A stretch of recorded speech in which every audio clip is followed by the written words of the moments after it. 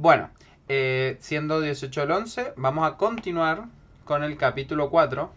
Y ahí te cedo, Santi, para que inicies el método de Harvard. Excelente. Bueno, el capítulo 4 habla de la estructura o anatomía de una negociación, que específicamente es este del método Harvard. El método Harvard propone 7 elementos clave en una negociación, que si realizamos bien cada uno de los 7 elementos, habremos realizado con éxito una negociación con el método Harvard. El primer método, a grandes rasgos, haciendo un preanálisis, son las alternativas, que ahí es donde vamos a encontrar nuestra mejor mano, que va a ser la mejor alternativa a un acuerdo negociado. Vamos a tener los intereses, que va a satisfacer los deseos de todos, opciones, donde vamos a encontrar la mejor solución entre varias, la legitimidad, que todos se sientan tratados con justicia, los compromisos, que van a ser acuerdos realistas y operativos, la comunicación, que sea efectiva y eficiente, y la relación de trabajo, que se construye, que es lograr construir una buena relación a lo largo del tiempo.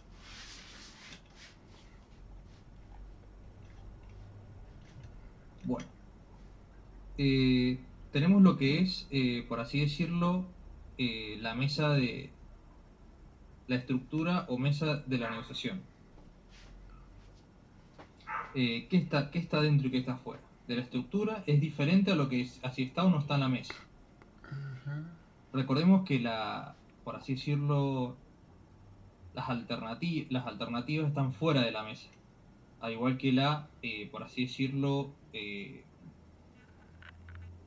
comunicación y la relación, porque estos son como objetivos complementarios que van fuera de la mesa. Bueno, adentro que tenemos la alternativa, los intereses, las opciones y la legitimidad, que van a ser los criterios. Bueno, y el compromiso, que es por así decirlo, cumplir la negociación. Bueno, la alternativa en realidad acá Sí, está está mal mal porque puesto. va afuera, es todo lo que no, por así decirlo, vamos a considerar si no llegamos al acuerdo. Y lo que está afuera, bueno, va a ser la comunicación, la relación y, bueno, como dijimos justamente, las alternativas. Bueno, empezando con el primer elemento, que son las alternativas. Deben ser prácticas, seguras y realizables. Si cumplimos estas tres condiciones, podríamos estar dentro de nuestro man. Es la posibilidad que tiene cada parte de retirarse si no llega a un acuerdo. La razón de negociar es obtener algo mejor a lo que obtendría sin hacer. Tenemos un caso de práctico que supongamos que nosotros somos un feliz propietario de un restaurante ubicado en Chacras de Coria. El emprendimiento comenzó hace 4 años y ha crecido en forma permanente, convirtiéndose en un éxito. Che, no sé si les parece que los casos como que los obviemos, o para hacerlo más rápido. No sé qué opinan ustedes. Sí, sí, puede ser.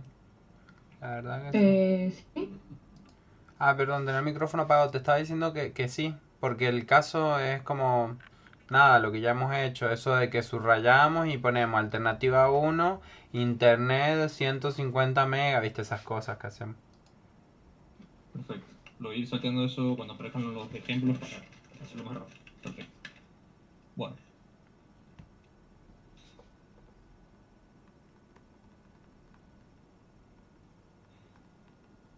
bueno. Esto en cuanto a lo que son las alternativas. Las alternativas también lo que nos van a decir es, por así decirlo, la calidad del acuerdo. ¿No? Van a ser un punto de medición. Dentro de las alternativas tenemos el MAN, que es la mejor alternativa a un acuerdo negociado. Le da soporte a las opciones. Debe ser lo más efectiva, dependiendo de nuestros intereses. ¿Por qué decimos que le da soporte a las opciones? Porque las opciones que propongamos, eh, bueno, cuando vemos el elemento de las opciones, van a tener que ser lo suficientemente buenas y superiores a nuestro MAN. En caso de no negociar, ¿quién dispone de la mejor alternativa fuera de la mesa de negociación? Negociar sin alternativas no se recomienda. Es una mala práctica. Se debe tener evaluada en la etapa de pre-negociación.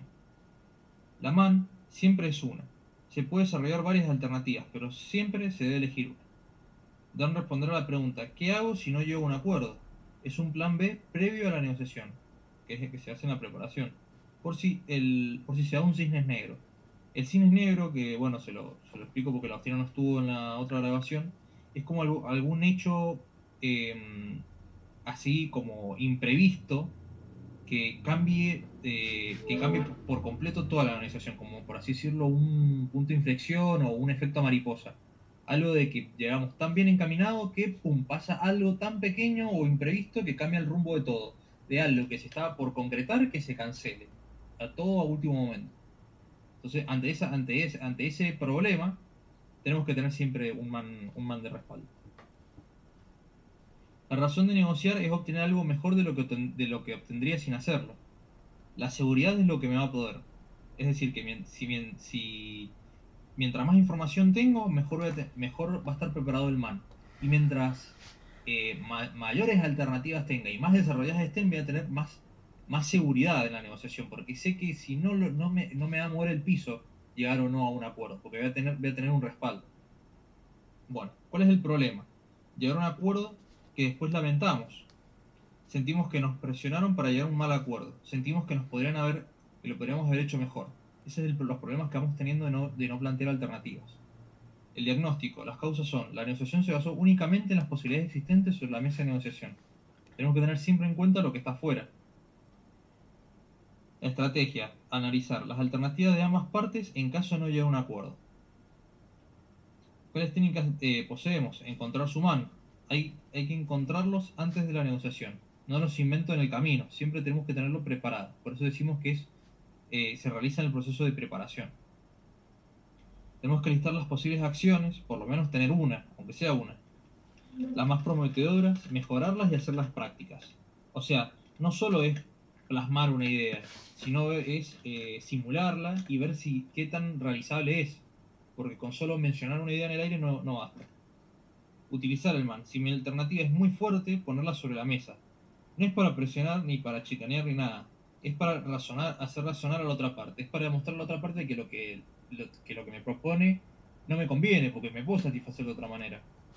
Si la otra parte no puede llegar a proponer algo mejor que ese man, la mejor solución es no llegar a un acuerdo y terminar ahí la negociación, porque no me conviene aceptar un acuerdo justamente peor que nuestro man. Si mi man es débil, no es conveniente decirlo, porque hay más posibilidades de que nos quedemos en la mesa de negociación. Es decir, le vamos a revelar nuestro punto débil, por así decirlo, nos estamos viendo un poco lo distributivo, al otro. Entonces terminaríamos cediendo más fácil ante las propuestas del otro. En general no es conveniente decirlo. Si es fuerte, se considera una forma de presionar. Si no, no es conveniente negociar bajo un ultimátum. O sea que dependiendo de la situación se puede llegar a revelar o no nuestro mano. Pero solo si es lo suficientemente fuerte para presionar. Si no, lo mantenemos oculto. Considerar la man del otro. O sea, podemos preguntar cuáles son las alternativas del otro. Si lo conocemos, tenemos que confrontar su man. Al conocer el man ya sabemos cuáles son, por así decirlo, los límites de nuestras opciones. Y tratar de debilitarlo. O sea, revelar lo que se sabe acerca de él. Sentido común en las estrategias. Para manejarse con la misma forma, fijar reglas al principio de la negociación. Es importante la comunicación. Las alternativas pueden ser débiles o fuertes. Si son fuertes, me siento respaldado en la negociación. Tengo algo satisfactorio que puedo hacer si no consigo acordar y lograr el objetivo. Ejemplo, busco un trabajo teniendo un trabajo. O sea, no pierdo nada por el fracaso de la negociación. Voy a negociar sin tener nada a perder. Las débiles, en el caso de una alternativa débil, el poder de negociación lo tendrá la otra parte. No tengo buenas propuestas de solución fuera del proceso de acuerdo. Bueno, como ejemplo, busco trabajo sin tener un trabajo. Si la alternativa es débil, me quedo. Lucho más sobre la mesa. Negocio más para sacar el mayor provecho. Bueno, ¿cuáles son? Acá tenemos un breve resumen. Bueno, el problema que es llegar a un acuerdo que después lo lamentamos, sentimos que nos presionan para llegar a un mal acuerdo, sentimos que podríamos haber hecho algo mejor. En el diagnóstico tenemos que ver cuáles son las causas. La negociación se basó únicamente en las posibilidades que existen sobre la mesa y no en las alternativas también. ¿Y qué estrategia podemos tomar? Es analizar las alternativas de ambas partes, en caso de no llegar a un acuerdo. Y las técnicas son las acciones que podemos llevar a cabo, que es encontrar nuestro man, realizar una lista, todo lo que ya hablamos anteriormente. ¿Qué diferencia tendremos entre lo que sería el método distributivo, el precio de reserva con alternativa? Pues el precio de reserva, que puede ser un mínimo para un comprador, un mínimo para un vendedor y un máximo para un comprador, es que lo usa el negociador posicional. ¿Cuánto quiero ganar? Es útil para evitar desastres económicos. Es arbitrario, depende solo de mi voluntad, de mi voluntad. Y puede ser muy alto. No me guía durante la negociación, no me da confianza y seguridad. No me genera un plan B. Cambio la alternativa, lo usa el negociador integrativo. ¿Qué hago si no negocio? Además de evitar desastres, sirve de guía para ganar. Hay que construirlo. Depende del mercado, ya que es ajeno a mi voluntad. Si me guía, si me guía durante la negociación, si me da confianza y seguridad, y si me genera un plan B. Ya que como mencionamos anteriormente en la grabación del capítulo 2, la única alternativa, por así decirlo, existente en un método distributivo es negociar con otra persona. Si el precio de reserva del vendedor y el comprador no coinciden, la única alternativa es tratar de convencer que una de las partes lo mueva o no negociar. Solo existen dos alternativas. En cambio, en el método interactivo pueden existir muchísimas alternativas y dentro de esas encontrar la mejor. ¿Por qué se dice que las alternativas se encuentran fuera de la mesa de negociación? Porque hay que prepararlas fuera de la negociación. Y lo hacemos con otra persona, que no es con la que negociamos, es decir, involucrar a un tercero, alguien que nos apoye. ¿Qué características debe tener una posibilidad para convertirse en alternativa? Ser práctica y realizable. Que se pueda hacer y sea concreto, que sirva. Es decir, después de plantear las alternativas, que puede ser una lluvia de ideas, es ver cuáles de aquellas son realizables. ¿Con cuántas man debo ingresar a la negociación? Con una sola, que obviamente es la mejor. Puedo tener varias alternativas que puedan ser realizables y puedan ser eficientes, pero la que sea la mejor es la que tengo que usar como man. Las ofertas que me hagan en la mesa de negociación, ¿contra qué debo compararlas? Contra el man, justamente. Conocer el man de la otra parte, ¿para qué sirve? Para saber hasta cuándo se va a quedar en la mesa de negociación la otra parte, hasta cuándo puedo forzar o sacar jugo. Bueno, acá tenemos otro caso práctico. Bueno, veamos los intereses y las posiciones. ¿Qué es lo que la gente quiere realmente? Tenemos el iceberg, que son las posiciones, son lo que vemos, lo que está arriba de la mesa. Y por debajo tenemos los intereses, que es lo que debemos indagar, las verdaderas necesidades o intenciones de las partes. Ya que por así decirlo, los intereses son los que van a motivar a esas posiciones, van a ser los pilares. Pero lo único que vamos a ver nosotros son, por así decirlo, ese techo, no vamos a ver esos pilares. Detrás de cada posición, que en la mayoría de los casos parece inamovible, sin posibilidad de cambio por las partes, existe un interés. Hay que centrarse en eso.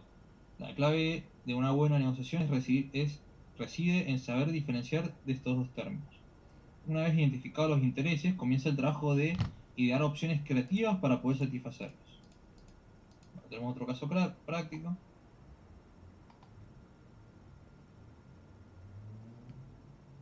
¿Para qué sirve conocer los intereses de la otra parte? Para generar opciones que satisfagan mejor sus intereses, perjudicando lo menos posible nuestros propios intereses. ¿Cómo se descubren esos intereses? Haciendo preguntas concretas a la otra parte, por ejemplo, ¿por qué consideras que tus ingresos son insuficientes? ¿Por qué los necesitas? Ser más directo, más comunicativo. Bueno, acá tenemos un caso que dice, bueno, el caso de las hermanas, las dos quieren la misma naranja, jugo versus cáscara. Una quiere, las dos quieren una naranja, pero cada una tiene un interés opuesto, o sea, tienen intereses distintos. Uno que quiere las cáscaras de la naranja para el mate y el otro quiere el jugo de la naranja. A veces no es tan fácil en una negociación real definir cuál es el verdadero interés de la otra parte. Se debe conocer bien a las partes y tener información suficiente para evaluar el contexto. En las negociaciones internacionales donde existe información confidencial y clasificada, se complica encontrar el verdadero interés. Esto podemos radicar la importancia en los principios, porque si queremos basarnos, acá tenemos radicado uno de los principios del método Harvard, que es centrarse en los intereses y no en las posiciones. Y también el de construir relaciones de trabajo, porque si logramos construir una relación a largo plazo, para futuras negociaciones vamos a conocer mejor a la persona y poder saber más fácilmente sus intereses. Bueno, el tercer elemento son las opciones, que van a surgir a partir de estos intereses. Es muy importante la relación entre intereses y opciones, ya que al conocer unos, vamos a tener la materia prima para generar los otros. ¿Qué acuerdos son posibles o partes de un acuerdo? Fijarse en las consecuencias. ¿Qué pasa después? No tener una sola opción. Es muy difícil negociar con alguien que tiene un solo pensamiento. Sería un ultimátum. Dentro del proceso de negociación, puedo buscar opciones que satisfagan a ambas partes. Las opciones son las soluciones que puedo acordar con la otra parte para llegar a un acuerdo. Para esto necesito la voluntad del otro.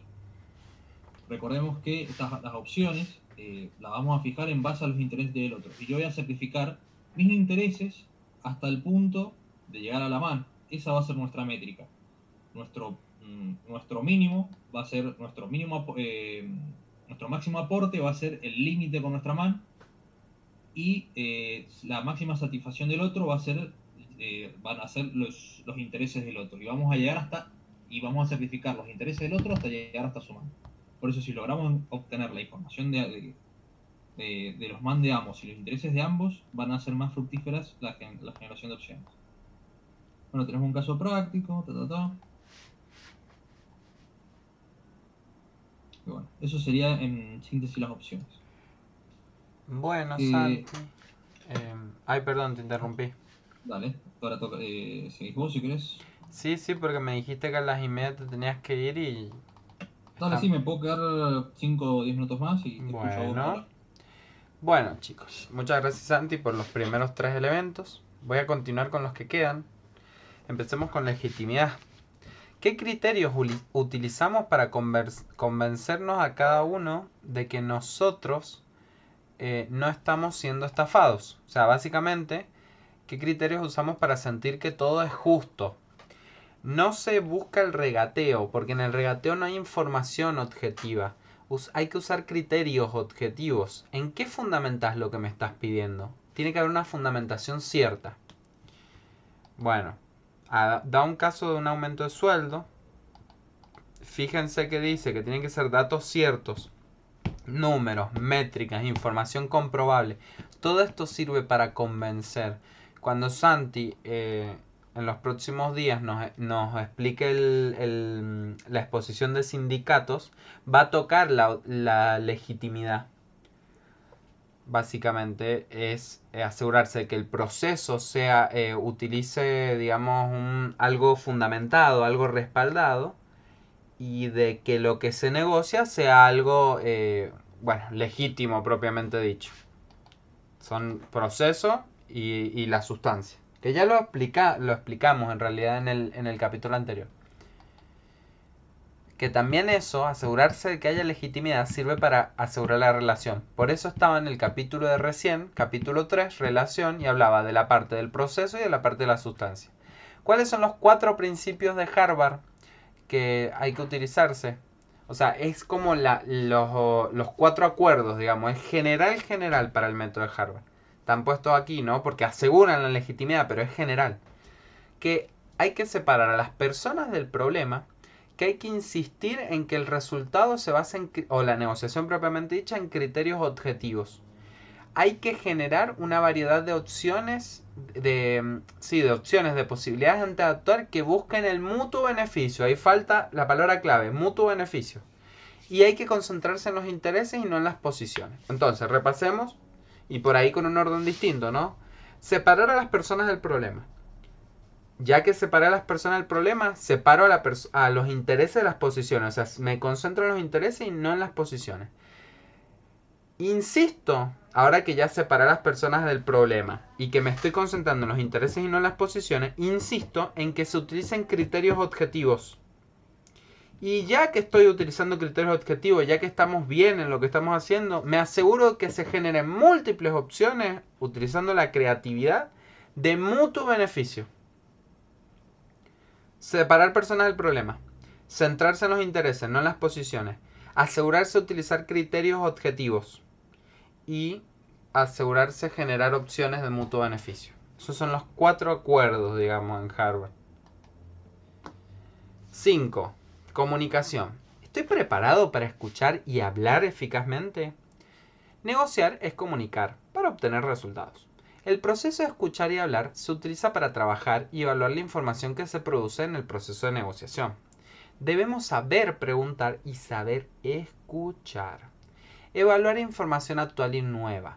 Confirmar o cambiar estrategias. Uno de los errores que podemos cometer es la aplicación de la cadena de inferencias. Suponer en una negociación es un error básico que puede afectar todo el proceso de negociación.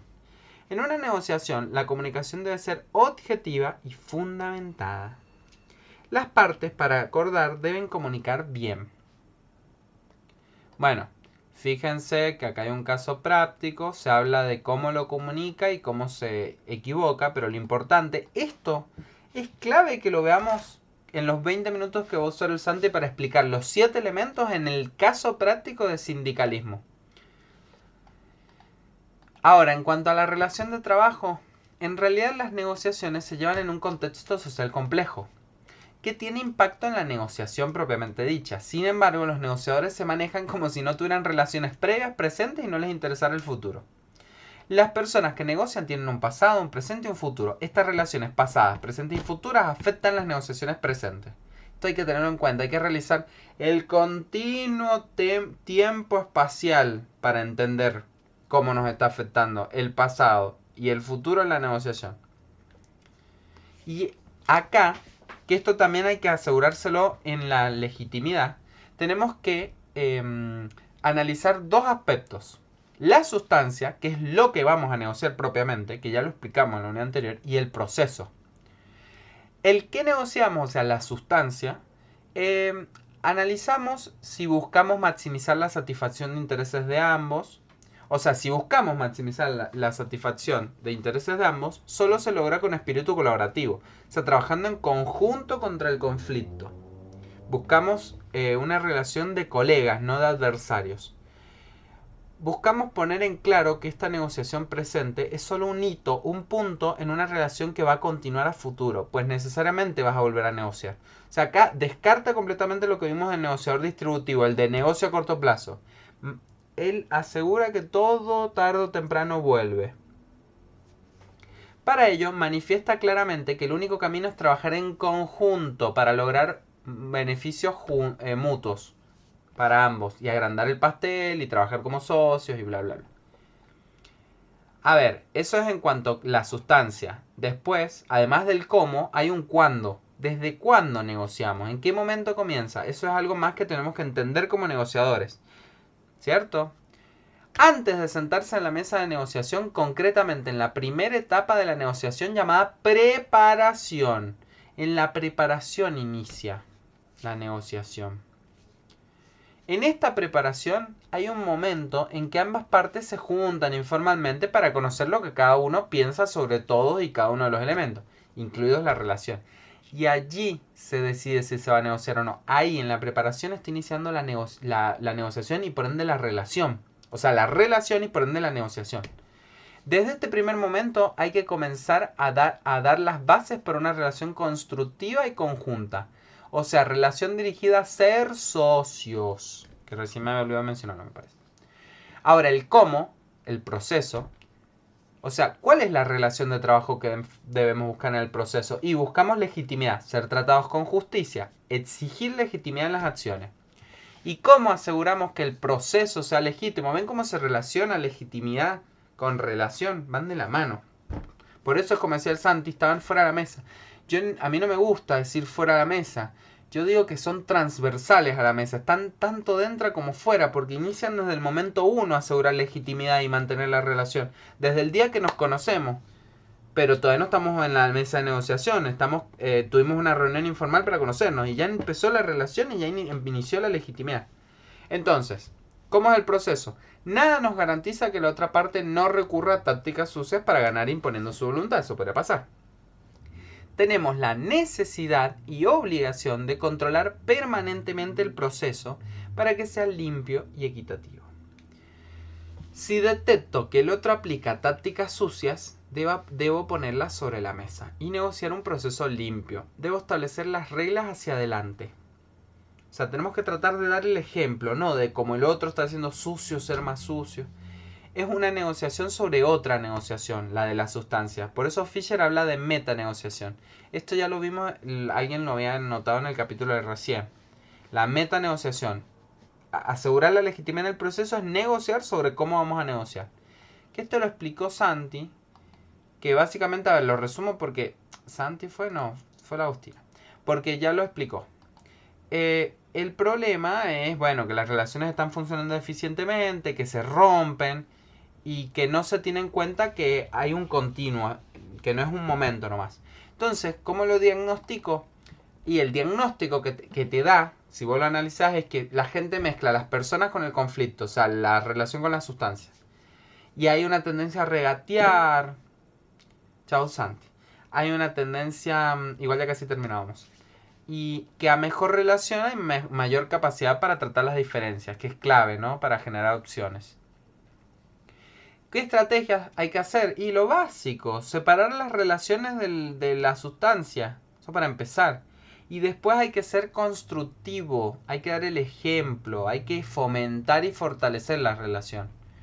¿Y qué técnicas puedo usar? Y conocer al otro. Hablarle pero escuchar.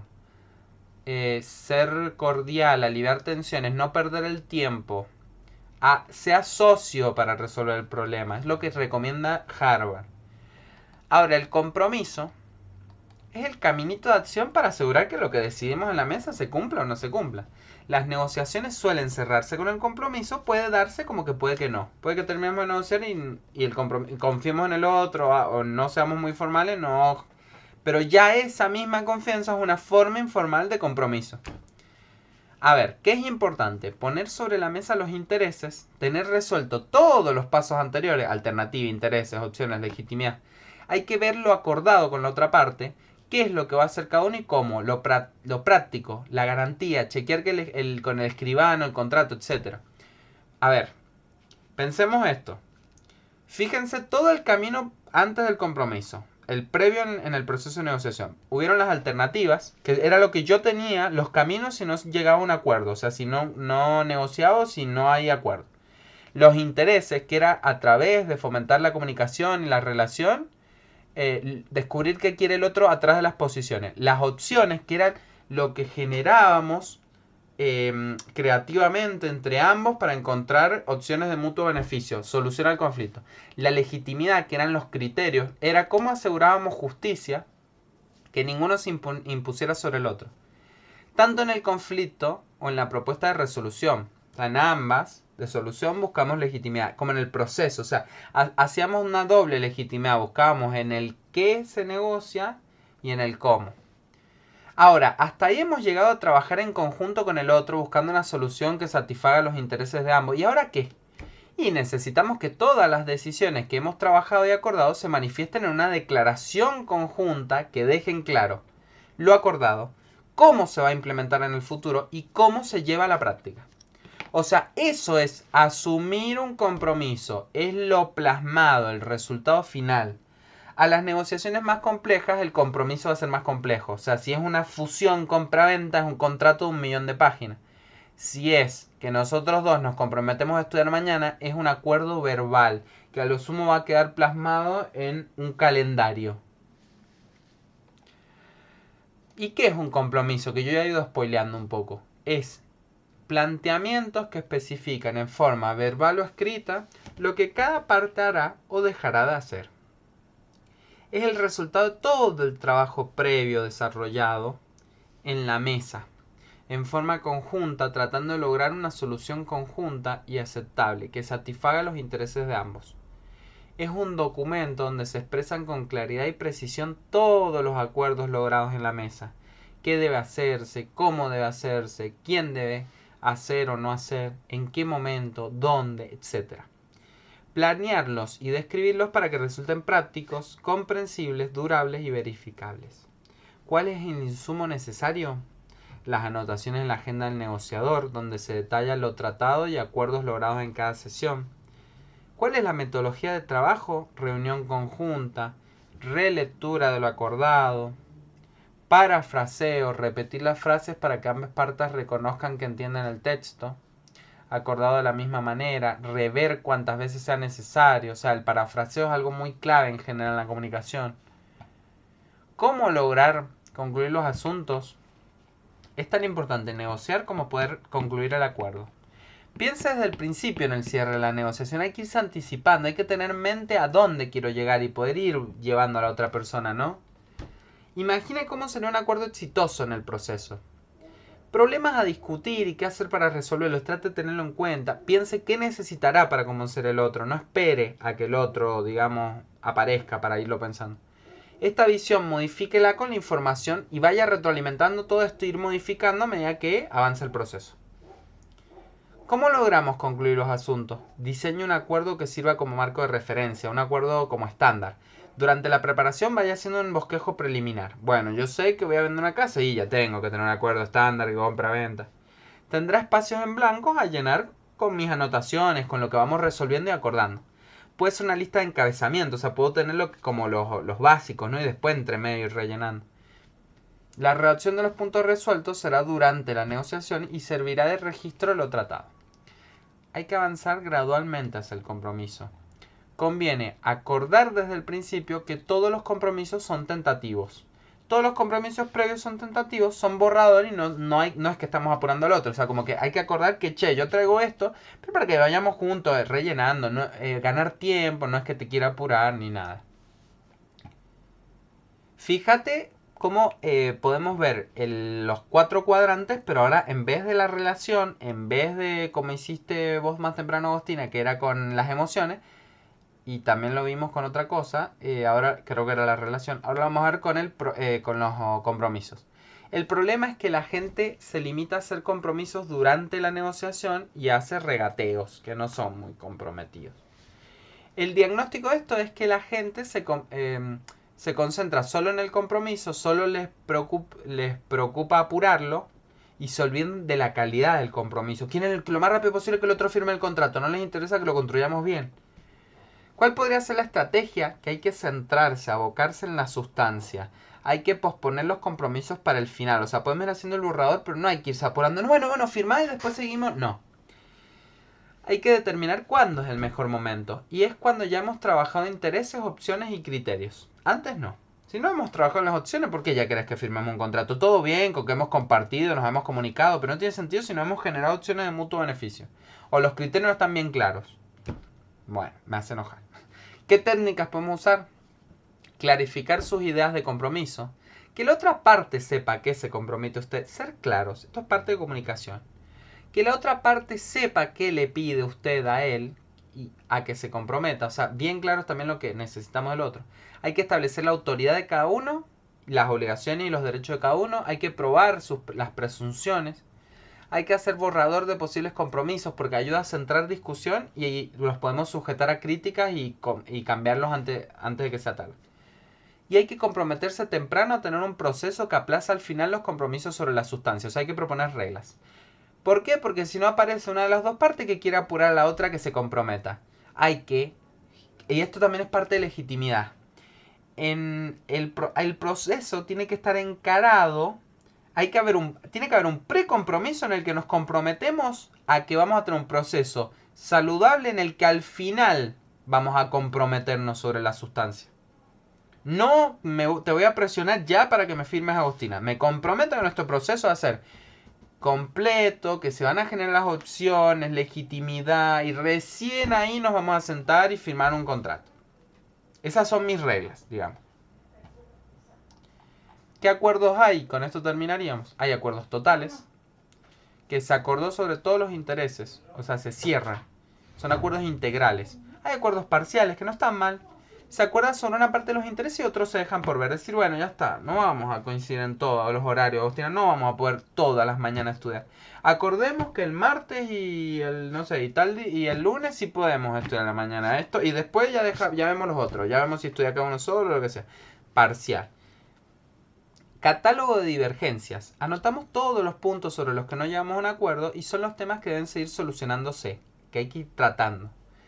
Y hay acuerdos posteriores al acuerdo, APA. Son acuerdos más beneficiosos que los acuerdos anteriores, pero el acuerdo anterior al primero ya está firme, no es que pueda modificarse. O sea, para poder hacer acuerdos posteriores al acuerdo, tiene que ser mejor. Como decir, che, ¿sabes qué, Agostina? Me di cuenta que al final sí puedo estudiar también el miércoles en la mañana. Es mejor que el acuerdo anterior, nunca peor. Porque el anterior ya está firme y no se puede modificar. Entonces yo te vengo y te propongo una mejora, nunca un empeoramiento. Eso es cuando hemos hecho un acuerdo parcial que después te puede hacer un acuerdo posterior al acuerdo. Si hice un acuerdo total que empezó y terminó, es muy raro que pagamos otro posterior mejor, si ya es como que logramos todo. El acuerdo debe ser activo, público y voluntario. Obviamente, la negociación siempre tiene que ser voluntaria. Tiene que ser público porque estamos primando la transparencia y tiene que ser activo en el sentido de... no me acuerdo si eso hacía referencia al dinamismo.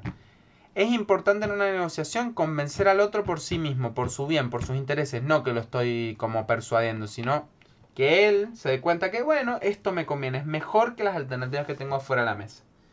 Y no sé si quieres agregar, mencionar algo más, pero ahí ya terminaríamos el capítulo 4 y podríamos irnos en paz.